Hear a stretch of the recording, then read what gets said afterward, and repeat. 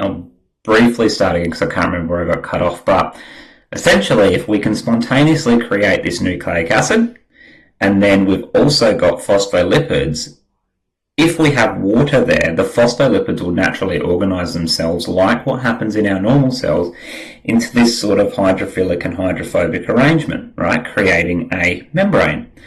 And if that membrane encapsulates around a piece of RNA, well, then you've basically created the foundations of a cell where you've got this internal environment now where RNA exists and potentially some other small compounds surrounded by a membrane, which then is different potentially, or could be different from the external environment. So this RNA world hypothesis, again, it's this spontaneous creation or just by random chance of a membrane around RNA, which has then allowed RNA to be able to potentially have regulated internal conditions and be able to survive and thrive, and maybe start to produce some of the early types of proteins that we might exist there to be able to do more complex jobs. And so I'd sort of talked about it in both this and the previous video, is we know that the phospholipids spontaneously will assemble into a bilayer when they're placed in water.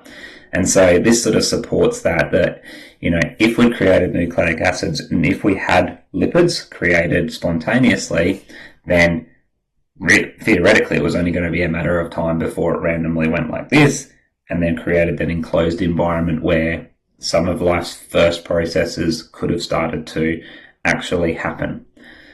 So that's pretty cool. And then we think about this concept of like, well, how are we going to create proteins from this? And we don't actually necessarily have ribosomes to be able to do that. And so what happened was it's proposed that there is a ribosomal RNA, and what can happen is that they've got these things that are similar to enzymes that help to catalyze reactions within cells.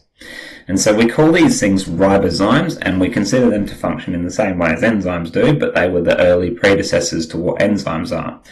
Enzymes are a derivative protein from DNA, whereas ribosomes are a sort of derivative type of protein essentially from RNA.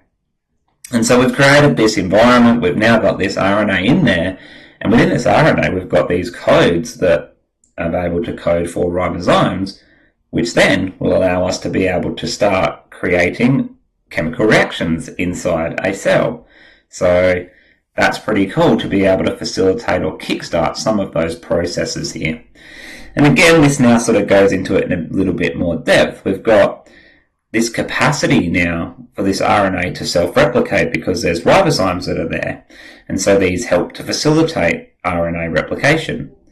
And then what happens is we're able to, from here, start actually doing some better protein synthesis. And then basically we're completely adjusting or changing the internal chemistry compared to the external environment. And so now we're creating some more complexity here, and we're starting to do proper replication processes, and then RNA is able to then start coding for things like DNA as a result. And then the DNA is able to start producing things like proteins that help to catalyze or contribute to all of cells' different activities. So again, it is a hypothesis. It is all spontaneously happening one after the other. Oh, my hair's gone messy here. But I guess it's just important for you to understand that these kinds of series of events would have happened over a long, long period of time. And it's sort of just random chance that it did happen. But once there was success, that success led to that being able to then continue to grow and divide and do more and more complex things as there was random changes and things along the way. So again, supporting that sort of concept of evolution. There is another video on the RNA world hypothesis to go with the one at the top, and I've probably done a horrible job at explaining it, but I'm sure if you watch both of these, you will be much, much, much more adept than I am at this.